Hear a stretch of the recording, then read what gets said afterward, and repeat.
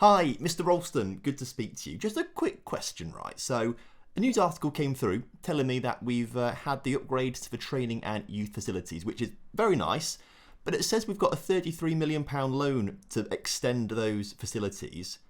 But when I look in the finances, it's just not there. So, I'm just wondering where you got this money from. A special place. I shouldn't worry about it. Just keep doing my job. Never ask that question. Alright, I won't ask that question again. Alright, well, I hope you have a great day, mate, and thanks for the new training facilities. Really weird, that.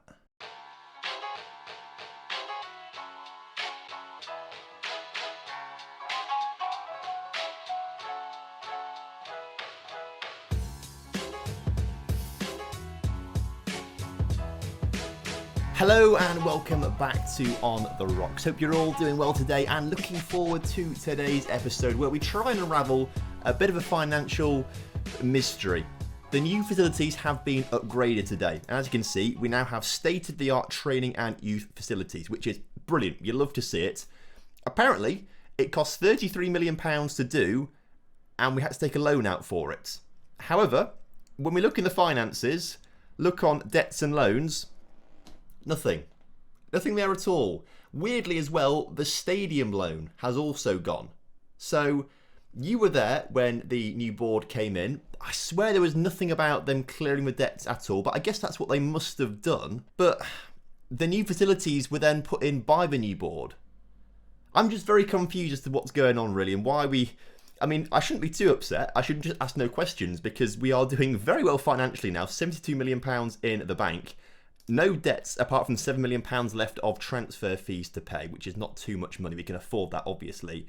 I just don't know where the money's come from, where it's really gone, and how the chairman is paying for it. But he must be doing something illegal. That's all I can think of. But either way, it's very nice to have the extra facilities, and hopefully now that's going to really increase our, reputation for players. More players will want to join us. Today's episode, we have Hertha Berlin and Dunfermline in the Champions League and Scottish Premier League, so fingers crossed we have a good episode. If you're looking forward to it, make sure you do drop a like on that video for me, subscribe to the channel if you're new around here, and make sure you leave a comment down below for the YouTube algorithm.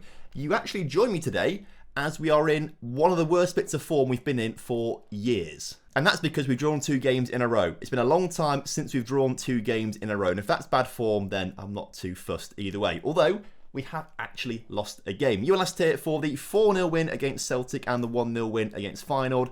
We followed it up with a lovely 2-0 win against Hearts before losing 2-1 to Celtic in the Betfred Cup quarter-final.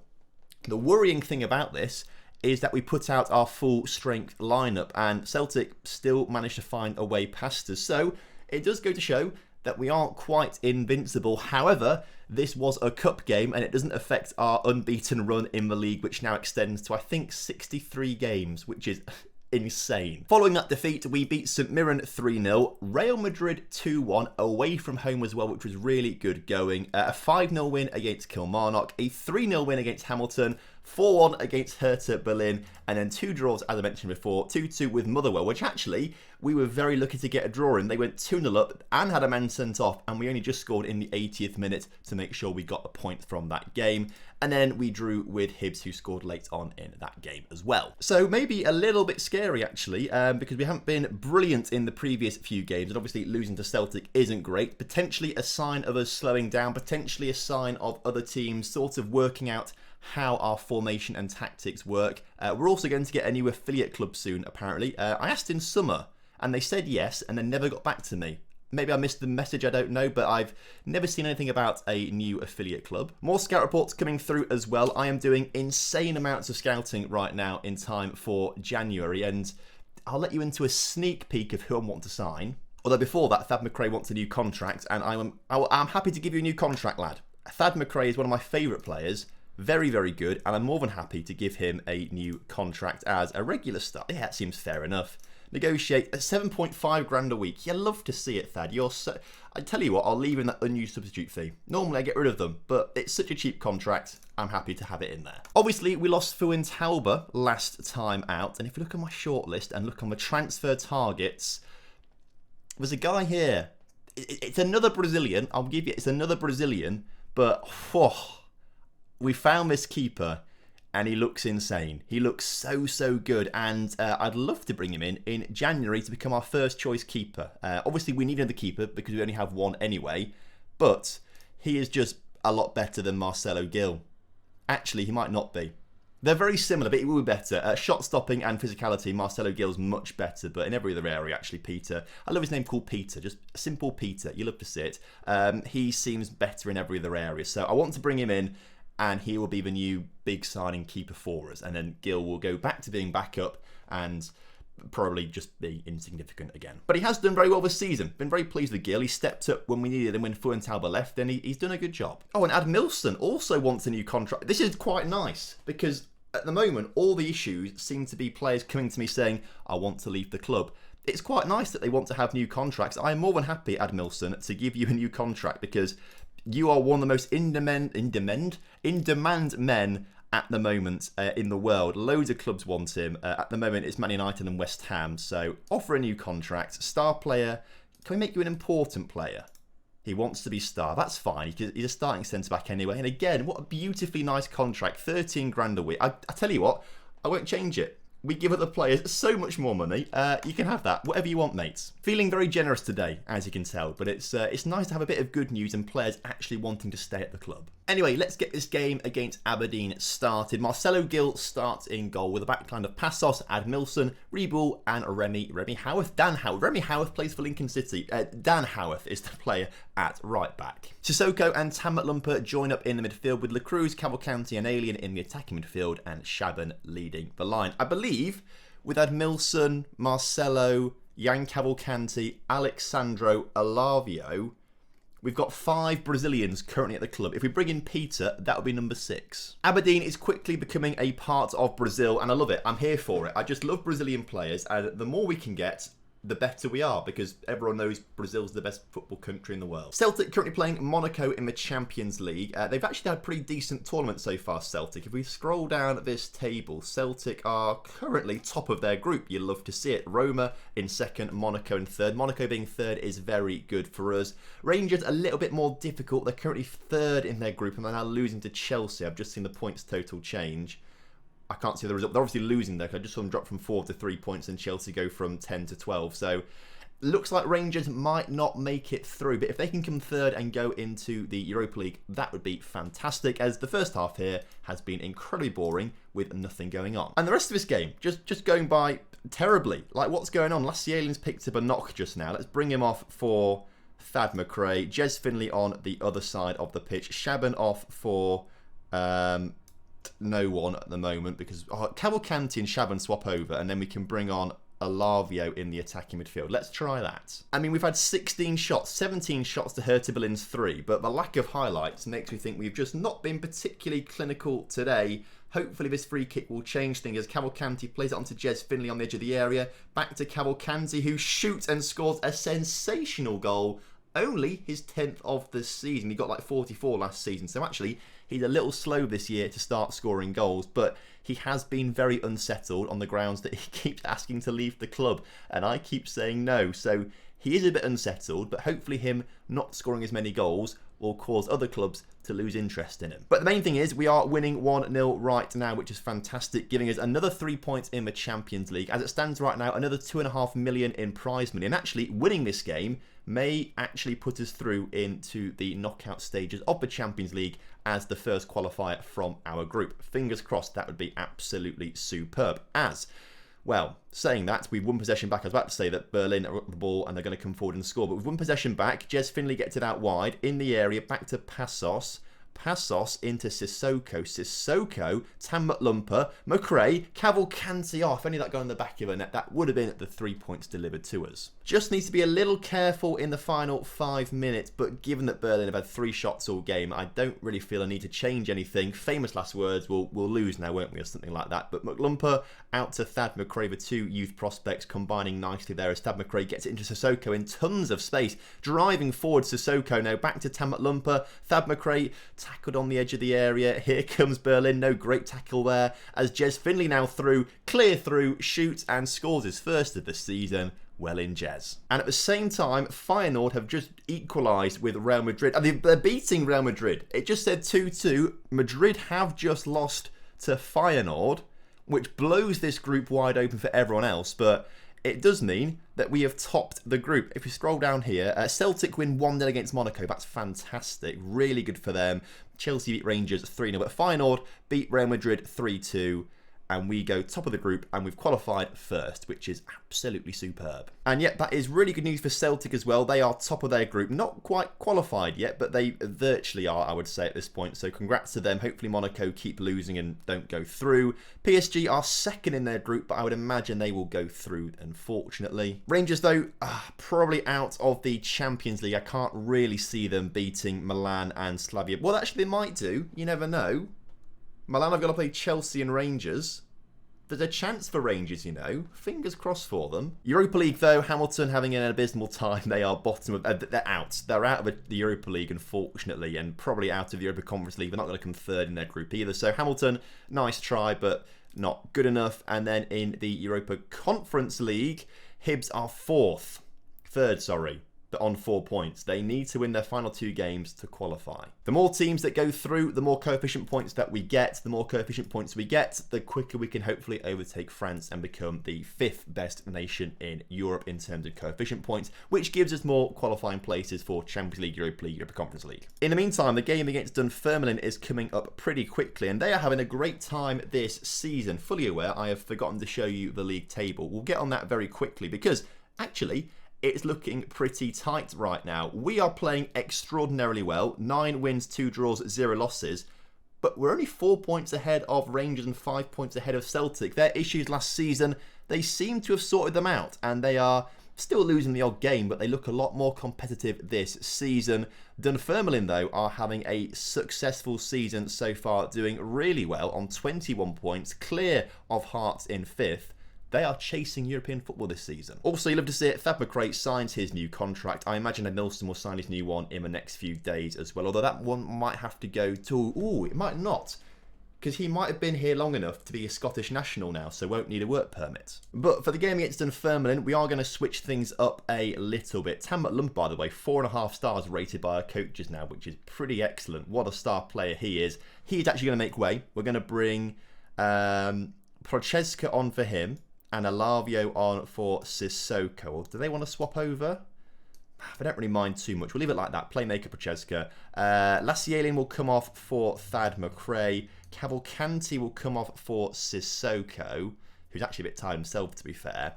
And I'd like to probably take Admilson off for Alexandro as well. Give him a bit of game time out there. Who else needs a bit of game time? Pavlik, Didao. I don't think we need... I mean, I'd like to play Didao and Jim McBangold a little bit more, but why not? Jim McBangold, he can play centre-back instead of Rebull today, and then we will bring onto the bench Robert Didao as well. Okay, slight risk maybe because we've got a bit of a weaker back line, but it doesn't matter too much. So, kickoff is upon us once again today. Dunfermline, obviously having a great season. They're going to be very difficult to beat, but, you know, even with a slightly, quite rotated line, I think 5 players are different this time around. With a rotated lineup, we still should be doing the job against Dunfermline. Now, Sissoko comes forward, gets it into Alavio, into Thad McRae, down to La Cruz, and that was a beautiful move. And La Cruz, 9 for the season now.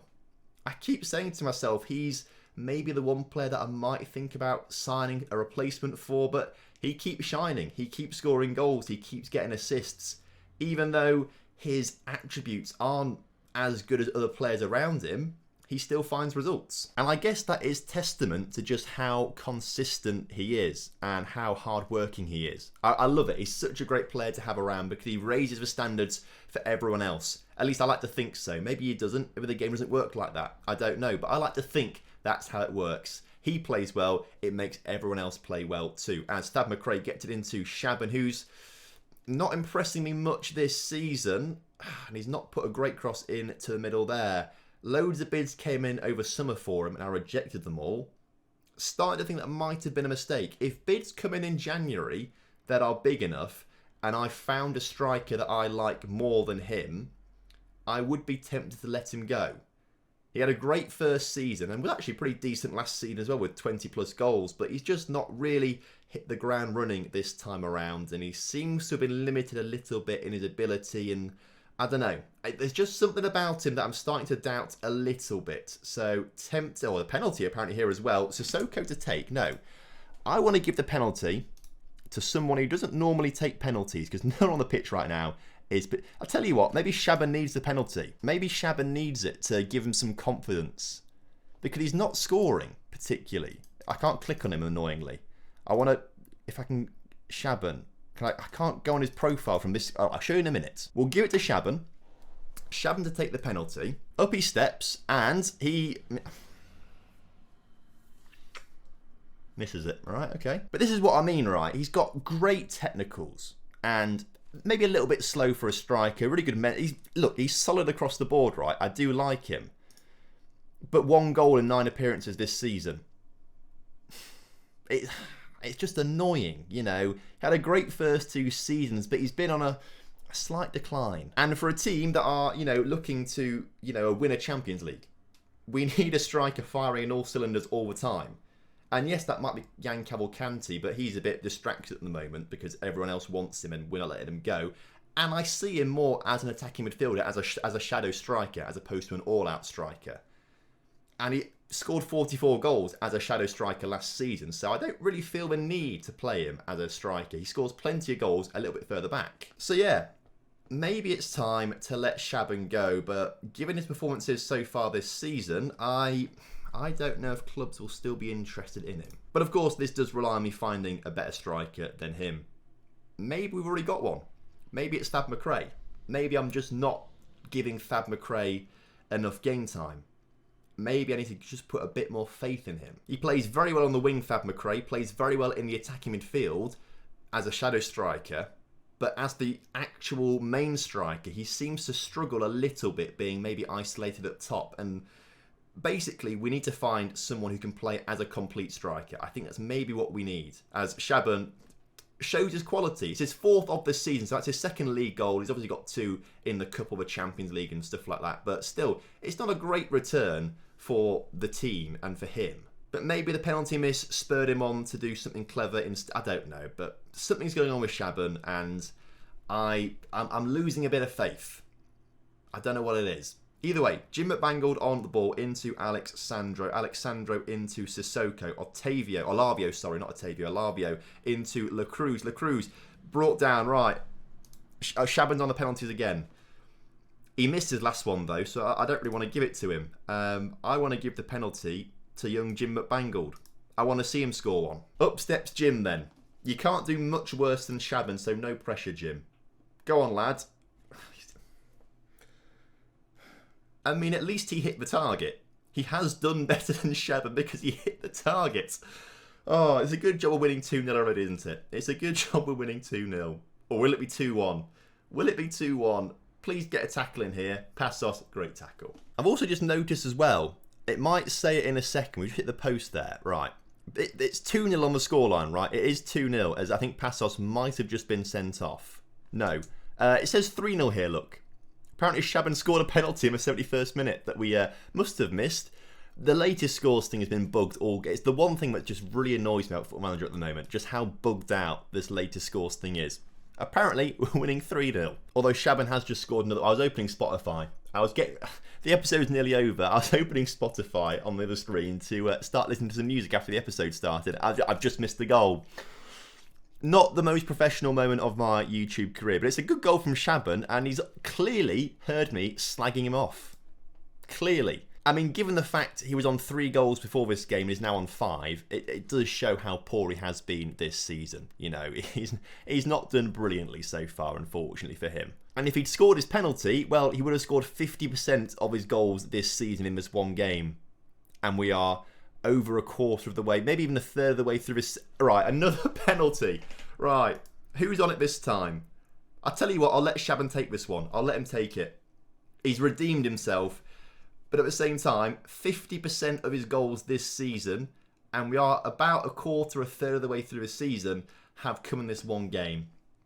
and it's just not good enough for our lead striker. So there we go. Game over, 4-0. A job well done. Great stuff. Shaban with 3 goals, fantastic, but he's on thin ice. So given that we have qualified from our Champions League group already, actually I don't really feel the need to do another Champions League group stage game. So next time out, I think we come back for Rangers in the middle of January, and hopefully making some decent January signings around then. And there we go, 65 league games in a row unbeaten. We are class. So that's going to bring an end to today's episode. Thank you very much for watching. Hope you guys have enjoyed it. And of course, if you have done, make sure you do drop a like on the video for me. Subscribe to the channel if you're new around here. And I will see you next time. Have a good one. Goodbye.